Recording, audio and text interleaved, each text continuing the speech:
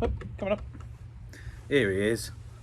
Here he is. So, we have a cat in the way. He'll probably stick his bum in your face. And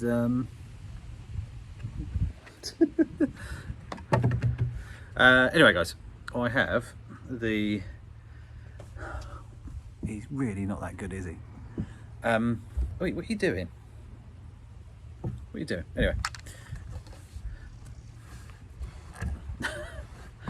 We have the A6700 on the 200-600 again. I'm desperate to get these swallows.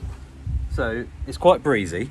The sun's out, which is so it's got good light. It's quite windy. Wind's quite good to slow them down a bit because they fly into the wind and they slow down a bit. But it's a case of trying to stay with them at 900mm. You just plop yourself down there, Tommy. Don't worry about it. Yeah. Hello. Hello. He's such a funny cat. Yeah, so I'm going to try my hardest to see if I can get some better shots than I did the other day. I mean, the other day was just not that great. I didn't get that close. But it's perseverance, so I really want to try and get some better shots. At the moment I'm set at 1/3200th of a second, f6.3. I've got the autofocus on the birds. They're literally right behind me. There we go. Typically, go around.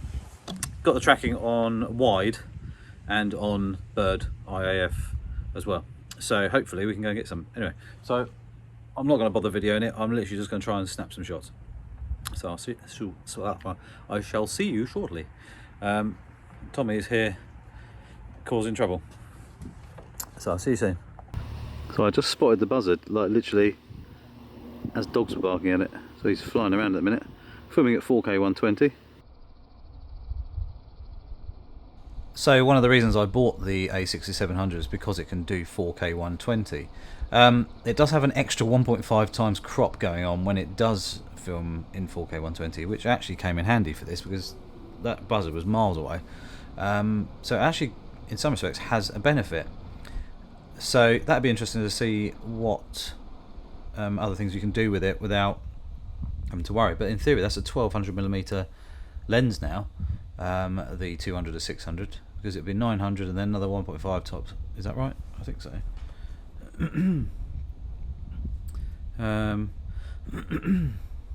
So 900 times 1.5. Oh, 1350 apparently. If that's right. So anywhere between 1200 and 1350, depending on how the mathematics works on it. But yeah, really love this feature on it. Well, it turns out that cropping is really quite helpful because it crops in quite nicely.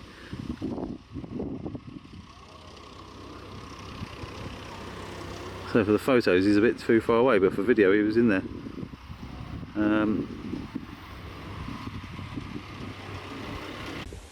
Right guys, so with the A6700 you've got the option of the electronic shutter, so no mechanical shutter being used. What some people said, you're going to get rolling shutter, problems and things like that. Well, I've just tried it out shooting birds in flight and a plane and a few other things, and some advantages are you've got up to 1/8000th of a second shutter speed, where you on the mechanical shutter you've got 1/4000th of a second shutter speed, still 11 frames a second, and it seems to be absolutely fine. So I guess the readout speed is actually quite fast on this sensor because it was much smaller, and more modern technology, I guess. It's not a stack sensor, I don't think, but it's backside illuminated.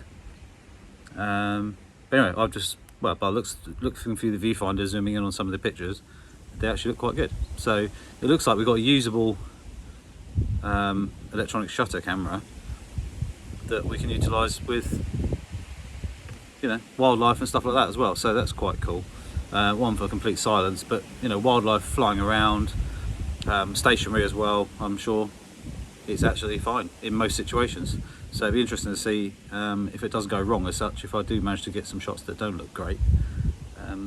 But yeah, I've just been out still snapping with the swallows and stuff in flight, For some reason we've got seagulls in this far inland, I don't know why. But anyway, I'm going to go and carry on snapping. I'll see you shortly. So with some of these shots here, you'll see some seagulls, which is really boring, but you'll see this burst rate here, and all shot in the electronic shutter. So 1/6400th of a second shutter speed, and they're all sharp. Then this happened, which blew my mind. So that's a zoom in on it, just a crop in, so you can get a bit of a clearer view. Went behind a tree. Well, I'm still panning at this moment, just kind of hoping to stay with it, and it's still in focus. And then it goes behind the tree again in a moment.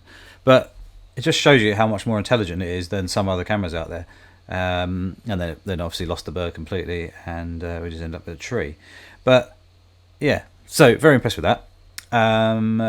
Image quality as well, just quickly, with the 200-600 is really, really good. Very, very sharp, very, very clear, as you can see here on the dog. This one here, I couldn't actually see what I was really looking at. I boosted the exposure very slightly there, but actually it's down the bottom center, slightly to the left, that you'll need to be looking at, and I zoomed in on it. So basically it's still focusing even though I couldn't see anything. As the light was changing, the sun was going down and stuff like that, I was just basically messing around with the settings, the autofocus settings and stuff, not really going for any keepers, but just to kind of just experiment and see what's what, really. A lot of these are like 1/8000th of a second, but I was up to like ISO 2000 just to get that shutter speed because the sun was going down. Just looking straight up, I saw a rainbow in the clouds, so quick snap there. Again, nice sharp images. The light's not brilliant though, so it's more the fact that I was just testing, so I haven't got any brilliant shots unfortunately, but they're sharp, they're in focus, and the didn't see any problems with rolling shutter or anything like that. So yeah, really good. Plane literally straight over the top of me, and the autofocus even keeping it in focus through the clouds, so it went into a cloud. I couldn't even see this plane. I just took a burst shot, and it is there. You can just about make it out. It's still in focus if you if I adjusted the exposure so you can kind of see through it with a bit of dehaze or whatever. You know, it's actually a sharp plane still. So yeah, it's working very, very well. The electronic shutter yet to come across an issue, but I'll give you some little bit of info in a second about how quickly it reads out and stuff compared to like Sony A1 and things like that. So it's obviously not as fast, but we have some benefits as well. Another seagull. As you can see, the light was not brilliant. We had some blue skies for a bit, and then as the sun was going down, it all clouded over, and it got windy as well. So the fact that I was getting buffeted about by the wind, and I was shooting the electronic shutter, the images were still sharp, and moving birds and stuff like that. It was still quite impressive, actually.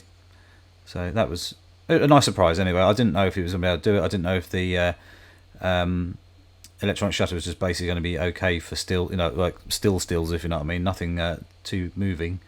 But planes, birds, and stuff like that seemed to be fine. Even the plants that were blowing around in the wind a lot, they seemed to be fine as well. So nice little test there. Nothing too exciting, but again, another seagull. Fortunately, the buzzard buggered off. I never really saw it again other than the video, but it was interesting to see that cropping in and everything. A crow going, oh, that's a pigeon. A pigeon coming past, again, absolutely fine. Don't see any real issues really. I mean, it may come into a few on its own depending on what's what, but another picture of the dog to finish off. So just to put it into some kind of context, I suppose, the A6700 uses a back illuminated sensor, CMOS, APS-C size with 26 megapixels. Basically, the readout speed, so when you're in electronic shutter, your readout speed is in RAW is 64 milliseconds, and that could cause you a little bit of rolling shutter. So your 64 milliseconds is 1/1/16th of a second, but in JPEG it's actually quite a bit faster. It's 25 milliseconds, so 1/40th of a second. And yeah, so in JPEGs it's probably the most usable, but your image quality drops to a 12-bit readout. And to put it complete and utter differences, the Sony A1 is much faster. I think it's literally like less than 10 milliseconds, or around about 10 milliseconds. And that sensor from the A1 is actually is detuned, which I found out earlier, and basically holding back a load of performance that it could actually do, but only due to heat, really. So, but yeah, so by the looks of it, in the real world, it's quite usable. We just have to be a little bit aware that maybe you might get some rolling shutter in some situations. I need to try some helicopters and things like that that have some stuff that's moving on it, see how that performs. But things like birds and stuff in flight, me tracking them, seem to be pretty okay, going by the photos I've posted. So yeah, you can remove the wear and tear of the camera a little bit, and also go into silent mode, which is obviously handy in certain situations. So yeah, anyway, let me know what you think about the video. Anything you want to know, want me to do, anything like that, let me know. But anyway, please click the subscribe button, little notification bell as well, and there'll be more sort of real world experiments coming very soon. See you later.